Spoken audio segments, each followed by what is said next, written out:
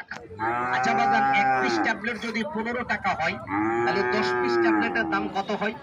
150 টাকা। ফার্মেসিতে কোনো মূলামূলি চলে না। বলবেন এখন কি আপনি 150 টাকা নেবেন? না বাজান, আমাকে 150 টাকা দিতে হবে না। আমি এখান থেকে ধরবো, এখানে এসে বন্ধ করব। আমি 1 পিস করে ট্যাবলেট আপনাদেরকে খেতে দিব। আমি 5 জন ভাই, 5 জন মুরব্বীর কাছে আমি 5 পাতা বিক্রি করব। ওই 5 জন ব্যক্তির জন্য আমার এই কোম্পানির পক্ষ থেকে রয়েছে স্পেশাল সম্মান, স্পেশাল বোনাস, স্পেশাল একটা পুরস্কার আমি এটার সাথে দিয়ে যাব। তবে আমাকে 150 টাকা দিতে হবে না। ওই 150 টাকাকে 3টা ভাগ করে আমি যদি 50 টাকা সম্মান করি, তাহলে 2 ভাগে কয় টাকা হয় বাজান?